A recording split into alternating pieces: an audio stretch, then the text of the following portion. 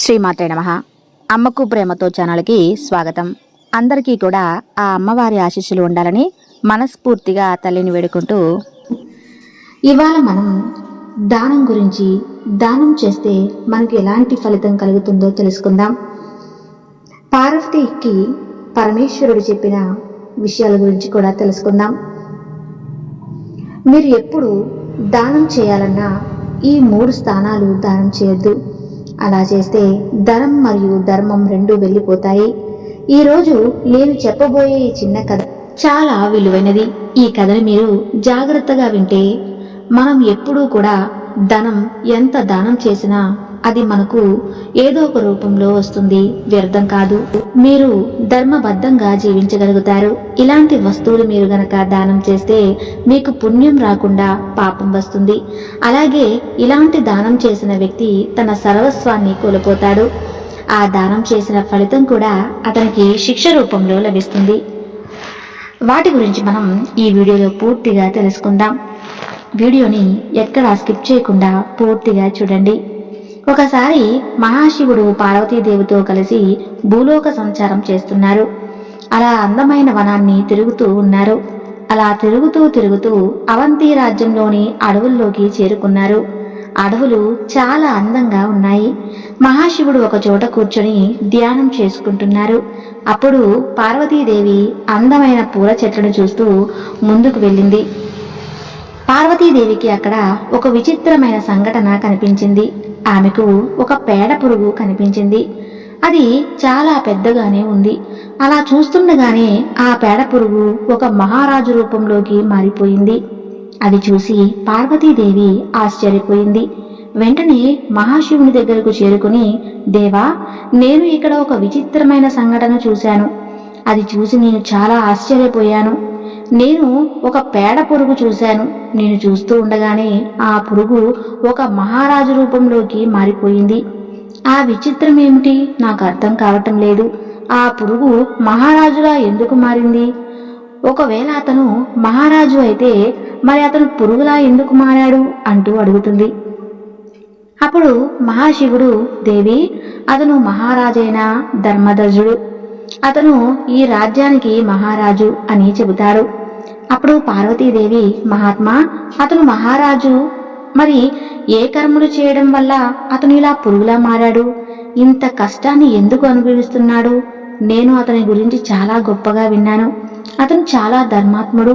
అతను ప్రతిరోజు దానం చేయకుండా భోజనం కూడా చేయడు. అంతటి గొప్ప మహారాజు ఇలాంటి గతి ఎందుకు వచ్చింది అంటూ అడుగుతుంది. అప్పుడు మహాశివుడు, దేవి, అతని ఈ స్వభావమే అతనికి ఈ గతిని కలిగించింది. అతను చేసిన ఒక్క దానం వల్ల అతనికి పురుగు యోనిలో జన్మ లభించింది. అలా ఎందుకు జరిగిందో నీకు పూర్తిగా వివరిస్తాను, జాగ్రత్తగా విను. ఈ ధర్మజ్వయుడు ఎంత ధర్మబద్ధంగా తన రాజ్యాన్ని పరిపాలిస్తూ ఉండేవాడు. అతని ఇంటి ముందు భిక్ష కోసం వచ్చిన వారికి దానం చేసి వారు భోజనం చేసి తిరిగి వెళ్లిన తరువాతనే అతను భోజనం చేసేవాడు. ప్రతిరోజు ఇలానే చేసేవాడు. రాజ్యం మొత్తం అతని గురించి గొప్పగా చెప్పుకునేవారు. అతను దానం చేయడానికి కూడా ఒక నియమం పెట్టుకున్నాడు. అతను ఒక నిశ్చితమైన సమయం వరకే దానం చేసేవాడు. అతను ఉదయం 9 గంటల నుండి సాయంత్రం సూర్యుడు అస్తమించే వరకు మాత్రమే దానం చేసేవాడు. సూర్యుడు అస్తమించిన తరువాత ఎవరైనా అతని ఇంటి ముందుకు దానం కోసం వచ్చినా వారికి ఆ రోజు దానం చేసేవాడు కాదు. మరునాడు ఉదయమే రమ్మని చెప్పేవాడు. ఇక ఆ రోజు మాత్రం దానం చేసేవాడు కాదు. అతను గొప్పతనం పక్క రాజ్యంలోని వారికి కూడా తెలిసిపోయింది. అతని ద్వారా ముందు ఉదయం నుండే దానం కోసం జనాలు వేచి చూస్తూ ఉండేవారు. దానం చేసేటప్పుడు తన చేతిలోకి ఎన్ని బంగారు నాణ్యాలు వస్తాయో అన్నిటినీ దానం చేసేవాడు. అందరూ ఎంతో గొప్పగా మహారాజును పొగుడుతూ అక్కడి నుండి వెళ్లిపోయేవారు. అదే రాజ్యంలో ఒక మారుమూల గ్రామంలో ఒక బ్రాహ్మణుడు తన కుటుంబంతో కలిసి ఉంటున్నాడు. ఆ బ్రాహ్మణుడు తపశ్శక్తి సంపన్నుడు, బుద్ధిమంతుడు, వేదాలను చదివిన గొప్ప వ్యక్తి. తనకు వచ్చిన దాంట్లో భార్యాభర్తలు సంతోషంగా కాలం గడుపుతున్నారు. ఆ బ్రాహ్మణుడు చాలా పేదవాడు. అతను కష్టపడి పనిచేసేవాడు, భిక్షను అడిగేవాడు కాదు. కష్టం చేస్తే వచ్చిన ధనంతోనే సంతోషంగా జీవించేవాడు. ఒకరోజు అతని భార్య అతని వద్దకు వచ్చి, చూడండి, మన రాజ్యంలోని రాజు చాలా గొప్పగా దాన ధర్మాలు చేస్తున్నాడంట. అతని ద్వారా ముందుకు ఎవరు వెళ్ళినా బంగారు నాణ్యాలను దానం చేస్తున్నాడంట. అందరూ మహారాజు వద్దకు వెళ్లి ధనం తెచ్చుకుంటున్నారు. అందుకే మీరు కూడా మహారాజు వద్దకు వెళ్లి అతని వద్ద దానం అడిగి ధనం తీసుకురండి. ఆ ధనంతో మనం పేదరికం తొలగిపోతుంది అని అంటుంది. తన భార్య మాటలు విన్న ఆ బ్రాహ్మణుడు, చూడు, నా సగం జీవితం ముగిసిపోయింది. ఇక మిగిలిన జీవితాన్ని ఇలాగా గడిపేస్తాను. కానీ నేను ఎవరి ముందు చేయి చాపి భిక్షను అడగను అని అంటాడు. అప్పుడు అతని భార్య, మీరేమంటున్నారు? మహారాజు దానం చేస్తే మీకు తీసుకోవటం ఇబ్బంది. మనం బ్రాహ్మణులమే కదా, దానం తీసుకోవటం మన ధర్మం. అందువల్ల మీరు మహారాజు వద్దకు వెళ్లి కొంత ధనాన్ని దానంగా తీసుకురండి. కుటుంబాన్ని సుఖంగా చూసుకోవడం ఒక గృహస్థు ధర్మం. మన కుటుంబం కోసం మీరు వెళ్ళండి అని అంటుంది. భార్య మాటలను విన్న భర్త, సరే, నేను రేపు వెళ్లి మహారాజును దానం తీసుకొని వస్తాను అంటూ మరునాడు మహారాజు వద్దకు బయలుదేరాడు. అతను నడుస్తూ నడుస్తూ దారిలోనే సాయంత్రం అయింది. ఇటు మహారాజు దానం చేసే సమయం కూడా ముగిసిపోయింది. ఆ రోజు వచ్చిన వాళ్ళందరూ దానం తీసుకుని వెళ్లిపోయారు. ఇక సూర్యుడు అస్తమించిన తరువాత ఆ బ్రాహ్మణుడు మహారాజు వద్దకు చేరుకుని ఇలా అంటున్నాడు, మహారాజా, మీరు గొప్ప ధర్మాత్మ. మీరు దీనులను దానము చేస్తున్నారంట. మీ గొప్పతనం అన్ని రాజ్యాలకు విస్తరించింది. మహారాజా, నేను ఒక పేద బ్రాహ్మణుడిని. నేను చాలా దూరం నుండి నడుచుకుంటూ మీ వద్దకు చేరుకున్నాను. నాపై దయ ఉంచి నాకు ఏమైనా దానం చేయండి అంటూ అడుగుతాడు. అప్పుడు మహారాజు, ఓ బ్రాహ్మణోత్తమ, నన్ను క్షమించు. నేను దానం చేయడానికి ఒక నియమం పాటిస్తాను. నేను ఉదయం నుండి సాయంత్రం సూర్యుడు అస్తమించే వరకు మాత్రమే దానం చేస్తాను. సూర్యుడు అస్తమించిన తర్వాత నేను ఎట్టి పరిస్థితుల్లో కూడా దానం చేయను. మీరు ఈ రోజు నా వద్దకు సూర్యుడు అస్తమించిన తరువాత చేరుకున్నారు. అందువల్ల మీరు ఈ రోజు తిరిగి వెళ్ళిపోయి రేపు ఉదయం రండి. నేను మీకు ఈ రోజుది రేపటిది కలిసి రేపు తప్పకుండా దానం ఇస్తాను అని అంటాడు. కానీ బ్రాహ్మణుడు మాత్రం వినడం లేదు. మహారాజా, నేను మళ్ళీ రేపు ఇక్కడకు రాలేను. నాకు ఈ రోజే ఏదైనా సరే దానం చెయ్యండి. నేను రేపటి వరకు వేచి ఉండలేను అని అంటాడు. అప్పుడు మహారాజు, లేదు లేదు, నేను ఈ రోజు మాత్రం దానం చేయలేను. మీరు రేపు రండి అంటూ అక్కడి నుండి వెళ్ళిపోయాడు. కాని బ్రాహ్మణుడు మాత్రం వినడం లేదు. నాకు ఈ రోజు దానం చేయవలసిందే. నేను ఇప్పుడు ఇక్కడ నుండి వెళ్ళిపోతే మళ్ళీ ఎప్పుడూ కూడా ఇక్కడకు తిరిగి రాను అని అంటాడు. అలా మహారాజును వెంబడిస్తూనే ఉన్నాడు. ఇక మహారాజుకు విపరీతమైన కోపం వచ్చింది. వెంటనే మహారాజు అటూ ఇటూ చూశాడు. అక్కడ మహారాజుకు గుర్రపు పేట కనిపించింది. కోపంతో ఉన్న మహారాజు వెంటనే ఆ పేటను చేతిలోకి తీసుకుని ఆ బ్రాహ్మణుడి మీద వేశాడు. ఆ బ్రాహ్మణుడు కూడా ఎంతో సంతోషంగా ఆ భిక్షను స్వీకరించి అక్కడి నుండి తన ఇంటికి వెళ్ళిపోయాడు. ఇటు అతని భార్య మాత్రం తన భర్త బంగారు నాణ్యాలు ఇస్తాడు అని ఎదురు చూస్తున్నది. అతను ఇంటికి రావడం చూసి అతనికి ఎదురు వెళ్లి మహారాజు ఎంత దానం చేశారు అని అడుగుతుంది. అప్పుడు బ్రాహ్మణుడు, మహారాజు నాకు ఎంతో గొప్పగా దానం చేశాడు. నేను దానిని తీసుకున్నాను. నువ్వు ఇంటి ముందు పేడతో అలిగి ముగ్గు వేసి అందులో ఒక చిన్న దీపం పెట్టు. అప్పుడే నేను మహారాజు దానంగా ఇచ్చిన వస్తువును నీకు చూపిస్తాను అని అంటాడు. ఆమె ఎంతో ఆనందంగా భర్త చెప్పినట్టే చేసింది. ఆ తర్వాత పేడతో నిండిన పాత్రను భార్య చేతికిస్తాడు. అది చూసిన భార్య ఆశ్చర్యపోతూ, ఇదేంటి, నాకు పేడనిస్తున్నారు, నాతో పరిహాసం ఆడుతున్నారా అని అంటుంది. అప్పుడు బ్రాహ్మణుడు, లేడు, ఇందులో పరిహాసం ఏముంది? మహారాజు దానంగా ఇచ్చింది ఇదే, నేను నీకు తెచ్చి ఇచ్చాను అని అంటాడు. అతని భార్యకు చాలా నిరాశ కలిగింది. ఏమండి, మహారాజు గారు మీకు బేడను దానంగా ఇచ్చారా? అతని వద్ద మీకు దానం ఇవ్వడానికి ధనమే లేదా? ఏదో తప్పు జరిగి ఉంటుంది. మహారాజు లేక తప్పు చేసి ఉంటాడు. మీరు మళ్ళీ మహారాజు వద్దకు వెళ్ళండి అని అంటుంది. అప్పుడు ఆ బ్రాహ్మణుడు, చూడు, నువ్వు చెప్పినందుకు ఒకసారి వెళ్ళి నేను దానం తీసుకువచ్చాను. ఇక నేను మహారాజు ఇంటి ముందుకు వెళ్ళను అని చెప్పి అక్కడి నుండి అతను వెళ్ళిపోయాడు. ఇక అప్పటి నుండి ఆ బ్రాహ్మణుడు ఏదో విధంగా కాలం గడిపేస్తున్నాడు. మహారాజు దానంగా ఇచ్చిన పేడను తన వాకిట్లోనే ఉంచాడు. ఇలా చాలా కాలం గడిచిపోయింది. దానం యొక్క ఫలితం దానం చేసిన వ్యక్తికి 1000 రెట్లు లభిస్తుంది. మీరు ఈ లోకంలో దానం చేస్తే దాని ఫలితం పరలోకంలో లభించవచ్చు. మహారాజు దానం చేసిన పేడ ప్రతిరోజు కొద్ది పరిమాణంలో పెరుగుతూ పెరుగుతూ పెద్ద కుప్పగా మారిపోయింది. ఆ పెద్ద కుప్పను చూసిన బ్రాహ్మణుని భార్య తన భర్తతో ఇలా అంటుంది, మహాత్మా, మన ఇంటి ముందు పెరిగిపోయిన ఆ పెంట కుప్పని ఏం చేద్దాం? అది ప్రతిరోజు పెరుగుతూనే ఉంది. మీకు అన్నీ తెలుసు కదా, తర్వాత ఏం జరగబోతుంది అంటూ అడుగుతుంది. అప్పుడు ఆ బ్రాహ్మణుడు, ఇది మహారాజు యొక్క దాన ఫలితం, ఈ ఫలితాన్ని అనుభవిస్తాడు. మహారాజు దానం చేసిన వస్తువును మనం వాడుకొని ఉంటే మహారాజుకు మంచి ఫలితం లభించేది. అలాగే మహారాజు చేసిన దానం కూడా పరిపూర్ణమయ్యేది. కానీ మహారాజు దానం చేసిన వస్తువు మనకి ఏమీ ఉపయోగపడలేదు. మనకు పనికిరాని వస్తువును దానం ఇచ్చేందుకు దాని ఫలితాన్ని ఖచ్చితంగా మహారాజు అనుభవించవలసి ఉంటుంది అని చెప్పాడు. అది విన్న అతని భార్య మౌనంగా అక్కడి నుండి వెళ్లిపోయింది. ఇలా మరికొంత కాలం గడిచిపోయింది. ఆ పేడ కుప్ప మరింతగా పెరిగిపోయింది. ఇలా 20 సంవత్సరాలు గడిచిపోయాయి. ఒకరోజు మహారాజు వేట కోసం అడవికి వెళ్తాడు. కానీ అతనికి ఒక్క జంతువు కూడా లభించలేదు. మహారాజు నియమం ప్రకారం వేట లభించకుండా ఇంటికి తిరిగి వెళ్లేవారు కాదు. ఇక చీకటి పడిపోయింది. చీకట్లో వేట ఆడడం కుదరదు. అందుకే ఆ రోజు అక్కడే గడపాలని నిర్ణయించుకున్నాడు. అలా అడవిలో నుండి బయటకు వచ్చి ఉండటానికి ఏదైనా ఇంటి కోసం వెతుకుతున్నాడు. అదే సమయంలో మహారాజు ఆ బ్రాహ్మణుడి ఇల్లు కనపడింది.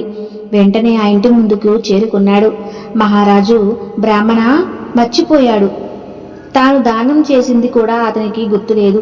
అప్పుడు మహారాజు బ్రాహ్మణుడితో ఇలా అంటున్నాడు, ఓ బ్రాహ్మణోత్తమా, నేను ఒక్కరోజు మీ ఇంట్లో ఉండేందుకు నన్ను అనుమతించండి. ఈ రాత్రికి ఇక్కడే ఉండి ఉదయమే వేట కోసం అడవిలోకి వెళ్ళిపోతాను అని అంటాడు. మహారాజు ఆ బ్రాహ్మణుడు గుర్తుపట్టలేదు. వారి ఇంట్లో రాత్రి ఉండటానికి ఒప్పుకున్నాడు. ఇక అతను ఉన్న దాంట్లోనే మహారాజుకు మర్యాదలు చేశాడు. రాత్రి భోజనం చేసి మహారాజు పడుకున్నాడు. ఆ రాత్రి గడిచిపోయింది. తెల్లవారింది. అప్పుడు మహారాజు ఇంటి ముందు ఉన్న పెద్ద పేడ కుప్ప కనపడింది. అది చూసిన మహారాజు ఓ బ్రాహ్మణోత్తముడితో ఇలా అంటున్నాడు, బ్రాహ్మణోత్తమా, మీ ఇల్లు చూస్తే చాలా చిన్నగా ఉంది, కానీ ఇంటి ముందు మాత్రం ఇంత పెద్ద పేడ కుప్ప ఉంది. మీ వద్ద గుర్రాలు కూడా లేవు కదా, మరి అంత గుర్రపు పేడ ఎక్కడి నుంచి వచ్చింది అంటూ అడుగుతాడు.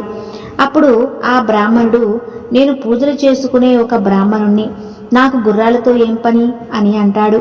అప్పుడు ఆ మహారాజు, మహాత్మా, మరి అంత గుర్రపు పేడ ఎక్కడి నుండి వచ్చింది అని అడుగుతాడు. అప్పుడు ఆ బ్రాహ్మణుడు, దాని గురించి నువ్వు తెలుసుకోవాలి అనుకుంటున్నావా? దాని వెనుక ఒక రహస్యం దాగి ఉంది. 20 సంవత్సరాల క్రితం నా భార్య నన్ను మహారాజు ధర్మధ్వజుని వద్ద దానం తీసుకురమ్మని పంపించింది. ఈ రాజ్యంలో మహారాజు చాలా ధర్మాత్ముడు. ఆయన ప్రతిరోజు 1000 మందికి దానం చేసేవాడు. నా భార్య చెప్పినందుకు నేను కూడా అతని వద్దకు దానం కోసం వెళ్ళాను. కానీ నేను వెళ్ళినప్పుడు ఏం జరిగిందో తెలియదు. కానీ నేను దానం అడుగుతుంటే అతను మరుసటి రోజు రమ్మన్నాడు. కానీ నేను వినలేదు. మహారాజు కోపం వచ్చి అక్కడే పడి ఉన్న గుర్రపు పేడను తీసి నా కమండలంలో వేశాడు. దాన్ని తీసుకుని నా ఇంటి ముందుకు వచ్చి చేరుకుని ఆ పేడను నా ఇంటి ముందు ఉంచాను. ఎందుకంటే అది నాకు ఏ విధంగానూ ఉపయోగపడదు. అలాగని నేను దానిని పారివేయాలి అనుకోలేదు అని అంటాడు. అప్పుడు మహారాజు, మహాత్మా, ఆ మహారాజు గారు కొద్దిగా పేడ దానం చేస్తే అది ఇంత గొప్పగా ఎలా మారింది అంటూ అడుగుతాడు. అప్పుడు ఆ బ్రాహ్మణుడు, నాయనా, దానం చేసే వ్యక్తి ఎంత దానం చేస్తారో దానికి 1000 రెట్ల ఫలితం అతనికి తిరిగి లభిస్తుంది. మహారాజు చేసిన ఆ దానం 1000 రెట్లుగా పెరిగిపోయింది. ఇక దాని ఫలితాన్ని ఆ మహారాజు అనుభవించవలసిందే. ఎందుకంటే అతను దానం చేసిన ఆ వస్తువును నేను ఉపయోగించలేదు, అది నాకు అవసరం లేనిది అని అంటాను. బ్రాహ్మణుని మాటలు విన్న మహారాజు గజగజ వణికిపోతున్నాడు. బ్రాహ్మణుడు జరిగిందంతా చెప్పటంతో మహారాజుకు పూర్తిగా గుర్తుకు వచ్చింది. అయ్యో, నేను ఈ బ్రాహ్మణుడికి పేడను దానంగా ఇచ్చాను అంటూ మిక్కిలిగా బాధపడుతున్నాడు. బ్రాహ్మణుడికి నమస్కరిస్తూ, మహాత్మా, మహారాజు దీని ఫలితాన్ని ఏ విధంగా అనుభవిస్తాడు అని అడుగుతాడు. అప్పుడు ఆ బ్రాహ్మణుడు, నాయనా, ఈ పేడను స్వయంగా మహారాజు తినవలసి ఉంటుంది. అతడు దీనిని ఎంతవరకు ఇది ఇంకా పెరుగుతూనే ఉంటుంది అని అంటాడు. అప్పుడు మహారాజు భయపడుతూ, మహాత్మా నన్ను క్షమించండి, నేనే ఆ మహారాజును, నేనే మీకు కోపంతో ఆ పేడను దానంగా ఇచ్చాను. మహాత్మా, తప్పు జరిగిపోయింది, నాకు ఏదైనా ఉపాయం చెప్పండి. నేను ఎలాగ ఈ పాపం నుండి బయటపడాలి? ఇంత పెద్ద కుప్పను నేను ఒక్కడనే ఎలా తినగలను? దీనికి మీరే ఏదైనా పరిష్కారం చెప్పండి అంటూ అడుగుతాడు. మహారాజు చెప్పినది విని బ్రాహ్మణుడు కూడా మహారాజు గుర్తుపడతాడు. మహారాజా, మీరే దీనిని నాకు దానం చేశారు, ఇక దాని ఫలితాన్ని కూడా మీరే అనుభవించాలి. ఎవరికైనా ఒక వస్తువును దానం చేస్తే అది ఉపయోగంలో లేని వస్తువు అయితే దానం తీసుకునే వ్యక్తికి ఆ వస్తువు ఏమీ ఉపయోగపడకపోతే ఆ దానం చేసిన దాని ఫలితం వ్యర్థమైపోతుంది. అలాంటి దానం చేస్తే దానం చేసిన వారికి ఏమాత్రం పుణ్యం రాదు, పైగా దాని ఫలితాన్ని కూడా వాళ్ళు అనుభవించవలసి ఉంటుంది అని అంటాడు. అప్పుడు మహారాజు, మహాత్మా, ఇక మీరే నన్ను కాపాడాలి అంటూ ఏడుస్తున్నాడు. అప్పుడు బ్రాహ్మణుడు, మహారాజా, ఇంత పెద్ద కుప్పను తినకుండా ఉండటానికి ఒక ఉపాయం ఉంది. దానిని నువ్వు పాటిస్తే ఈ కుప్ప తగ్గిపోతుంది, లేదంటే మొత్తం నువ్వు మాత్రమే తినవలసి ఉంటుంది అని అంటాడు. అప్పుడు మహారాజు, మహాత్మా, మీరు చెప్పినట్టే నేను తప్పకుండా చేస్తాను అని అంటాడు.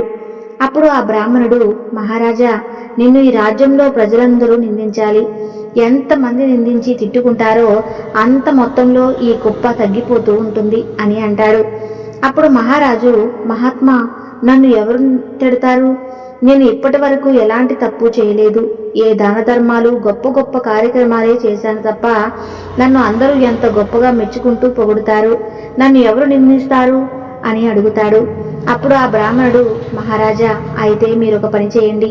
మీ రాజపురోహితుడికి ఒక అందమైన కుమార్తె ఉంది. మీరు ఆయన ఇంటికి వెళ్ళి అతని కుమార్తెను బలవంతంగా అందరూ చూస్తుండగా ఆమెను ఇంటికి తీసుకుని వెళ్ళండి. ఎవ్వరు చెప్పినా వినవద్దు. ఇలా చేయటం వల్ల మిమ్మల్ని అందరూ నిందిస్తారు. కానీ మీరు గుర్తుంచుకోవాల్సింది ఏమిటంటే ఆమెను మీ కూతురులాగే భావించాలి. ఆమెను తప్పుడు దృష్టితో చూడరాదు. అలా ఆమెను తప్పుడు దృష్టితో చూస్తే మీకు మహాపాపం తగులుతుంది. కూతురులాగే భావించాలి. ఈ విషయం ఎవ్వరికీ చెప్పవద్దు. ఆమెను తీసుకుని వెళ్ళి మహారాణి వద్ద ఉంచు. ఆమెను కూతురులా భావించమని మహారాణికి చెప్పు. ఇక ప్రజలందరూ గురించి వెనక ముందు ఏమీ ఆలోచించకుండా అందరూ కూడా నిన్ను నిందిస్తూ ఉంటారు. అలా అందరూ నిన్ను నిందిస్తూ ఉంటే ఇక్కడ ఈ కుప్ప తగ్గిపోతుంది అని చెబుతాడు. ఇక మహారాజుకు బ్రాహ్మణుడు చెప్పిన ఉపాయం బాగా నచ్చింది. వెంటనే తన రాజ్యానికి చేరుకున్నాడు. మరునాడు ఉదయాన్నే పురోహితుని ఇంటికి చేరుకున్నాడు. మహారాజు తన ఇంటికి రావడంతో పురోహితుడు చాలా సంతోషించి అతని అతిథి మర్యాదలు చేశాడు. అప్పుడు పురోహితుడు, మహారాజా, వచ్చిన కారణం ఏమిటి అని అడుగుగా మహారాజు మీ కుమార్తెను బయటకు పిలవమని అడుగుతాడు. మహారాజు చెప్పడంతో పురోహితుడు తన కూతురిని బయటకు పిలుస్తాడు. ఆమె బయటకు రాగానే మహారాజు ఆమె చేయి పట్టుకుని బలవంతంగా తన వెంట తీసుకుని వెళ్తాడు. పురోహితుడు ఎంత చెప్పినా మహారాజు వినడం లేదు. మహారాజా, మీరు చేస్తున్నది తప్పు, ఇది చాలా అన్యాయం అంటూ ఆ పురోహితుడు అరుస్తున్నాడు. కానీ మహారాజు అతని మాటలను ఏమాత్రం పట్టించుకోకుండా ముందుకు వెళ్ళిపోతున్నాడు. అందరూ అది చూసి ఆశ్చర్యపోయారు. అందరూ మహారాజు తప్పు చేస్తున్నాడు అంటూ నిలదీస్తున్నారు. అలా మహారాజు తన రాజమందిరానికి చేరుకుని మహారాణికి ఆమెను అప్పచెపుతూ, ఆమె నీ కూతురులాగా చూసుకో, ఆమెకు ఎలాంటి కష్టం కలగనివ్వకు, ఈ విషయం ఎవ్వరికీ చెప్పవద్దు, నేను మన మంచి కోసమే చేస్తున్నాను, నువ్వేమీ భయపడకు అని చెబుతాడు మహారాజు. అమ్మాయిని బలవంతంగా తీసుకువెళ్లిన విషయం రాజ్యం మొత్తం తెలిసిపోయింది. అందరూ మహారాజును నిందించడం మొదలు పెడతారు. ఇలా అందరూ నిందించడంతో ఆ పేడ కుప్ప తగ్గిపోతూ వస్తుంది. అలా కొన్ని రోజులకే మొత్తం పేడ కుప్ప తగ్గిపోయింది. ముందుగా మహారాజు దానం చేసిన పేడ మాత్రమే మిగిలింది. కొన్ని రోజులకు మహారాజు ఆ బ్రాహ్మణుడి వద్దకు చేరుకుని ఆ పేడను చూసి చాలా ఆనందించాడు. బ్రాహ్మణునికి ధన్యవాదాలు చెప్పాడు. చెబుతూ, మహాత్మా, అంత పెద్ద కుప్పను తగ్గిపోయేలా చేశారు. ఎవరైతే నన్ను నిందించారో వాళ్ళ భాగంలో ఆ పేడ కుప్ప తగ్గిపోయింది. ఇక ఈ కొద్ది మాత్రమే మిగిలింది. దీనికి కూడా ఏదైనా ఉపాయం చెప్పండి అంటూ అడుగుతాడు. అప్పుడు బ్రాహ్మణుడు, మహారాజా, ఈ మిగిలిన పేడ స్వయంగా నీ చేతులతో దానం చేసినదే. దీనిని నువ్వు తప్పకుండా ఏదో ఒక జన్మలో తినవలసిందే. నువ్వు దీనిని తినడానికి ఏదో ఒక జన్మలో పురుగు యోనిలో జన్మించవలసిందే అని అంటాడు. అప్పుడు మహారాజు, మహాత్మా, దీనికి వేరే ఉపాయమేమీ లేదా అని అడుగుతాడు. ఈ పేడను తినకపోతే అలా ఎన్ని జన్మలు ఎత్తవలసి ఉంటుందో. అందువల్ల మీరు మీ మంత్రశక్తితో ఇప్పుడే కొద్దిసేపటి కోసం నన్ను పురుగులాగా మార్చండి. పురుగుగా మారి నేను దీనిని తినేస్తాను. మానవునిగా ఉండి నేను దీనిని తినలేను అని అంటాడు. అప్పుడు ఆ బ్రాహ్మణుడు, లేదు మహారాజా, నేను నిన్ను పురుగులాగా మార్చలేను. అంత శక్తి నాకు లేదు. అది ఆ భగవంతునికి మాత్రమే సాధ్యం. కానీ నీకు ఒకటి మాత్రం ఖచ్చితంగా చెప్పగలను. నువ్వు ఈ జన్మలో మరణించిన తరువాత ఖచ్చితంగా పురుగు యోనిలోని జన్మిస్తావు. పురుగులాగా జన్మించిన నువ్వు దీనిని తప్పకుండా తినేస్తావు. దీన్ని పూర్తిగా తినగానే నీకు ఈ పాపం నుండి విముక్తి లభిస్తుంది. నువ్వు నీ జీవితంలో ఏ పాపమూ చేయలేదు. నువ్వు చాలా గొప్పవాడివి. నువ్వు ఎంతో మంది పేదవారికి దాన ధర్మాలు చేశావు. నువ్వు ఈ తప్పును కోపంలో చేశావు. అందుకే నువ్వు దీనిని తినవలసిందే. ఖచ్చితంగా పురుగులాగా జన్మించి తీరాల్సిందే. అలా పూర్తిగా ఈ పేడను తినగానే నీకు మరలా మానవ శరీరం లభించి ఆ తర్వాత నువ్వు పుణ్యలోకాలకు చేరుకుంటావు అని చెబుతాడు. ఇక మహారాజు బ్రాహ్మణుడికి నమస్కరించి అక్కడి నుండి తిరిగి వెళ్ళిపోయాడు. జరిగిందంతా పురోహితునికి చెప్పి అతని కూతురు అతనికి అప్పచెప్పి జరిగిన విషయం ఎవరికీ చెప్పవద్దు అని అంటాడు. ఆ తర్వాత కొన్ని రోజులకు మహారాజు మరణించాడు. మరణించిన వెంటనే అతనికి పేడ తినే పురుగుగా జన్మ లభించింది. ఎక్కడైతే ఆ పేడ ఉందో అక్కడికి చేరుకుని ఆ పేడను తినడం ప్రారంభించాడు. ఇలా కొన్ని రోజుల వరకు ఆ పేడను తింటూ అది పెద్ద పురుగులాగా మారింది. అలా మొత్తం పేడను తినేసింది. చివరగా మిగిలిన కొద్ది పేడను తింటూ ఉండగా అది నువ్వు చూశావు. పేడను మొత్తం తినగానే మానవ రూపంలోకి మారి దివ్యమైన దేహాన్ని పొంది దివ్య లోకాలకు వెళ్ళిపోయాడు. ఇదే ఆ మహారాజు యొక్క కథ. దేవి, చూశావు కదా, కోపంతో పేడను దానం చేయడం వల్ల మహారాజుకు పురుగు యోనిలో జన్మ వచ్చింది. ఎవరైతే ఉపయోగపడిన వస్తువులు దానం చేస్తారో, ఎవరైతే దుష్ట బుద్ధితో దానం చేస్తారో, ఎవరైతే కోపంతో దానం చేస్తారో అలాంటి వారు దానం చేసినట్టు కాదు, వాళ్ళు పాపం చేసినట్టు. దానం చేసేటప్పుడు ఒక్కసారి తనను తాను ఆత్మ పరిశీలన చేసుకోవాలి. దానం చేసే సామర్థ్యం లేకపోతే దానం చేయవద్దు. ఒకవేళ దానం చేస్తే ఈ విషయాలను దృష్టిలో పెట్టుకుని దానం చేయాలి. మీరు ఎట్టి పరిస్థితుల్లో ఎదుటివారికి ఉపయోగపడిన వస్తువులను దానం చేయవద్దు. ఉదాహరణకు, ముసలి ఆవును దానం చేయటం. ఆ ముసలి ఆవు దానం చేసుకున్న వ్యక్తిని ఏమీ ఉపయోగపడదు. దానం చేసిన వస్తువు ఎదుటివారికి ఉపయోగపడాలి. వారికి ఉపయోగపడిన వస్తువులను ఇస్తే అది దానం కాదు. దానం చేసిన ఫలితం 1000 రెట్లుగా పెరిగి తిరిగి వస్తుంది. అందుకే మంచి మనసుతో మంచి వస్తువులను దానం చేయాలి అని చెబుతాడు ఆ మహాశివుడు. ఇక ఇద్దరు భూలోకం నుండి తిరిగి కైలాసానికి వెళ్ళిపోయారు. చూశారు కదండి. మీకు ఈ వీడియో నచ్చితే తప్పకుండా ఓం నమః శివాయ అని చిన్న కామెంట్ చేయండి. ఇలాంటి మరెన్నో వీడియోస్ మీకు మా ఛానల్ ద్వారా అందజేస్తాము. Thank you.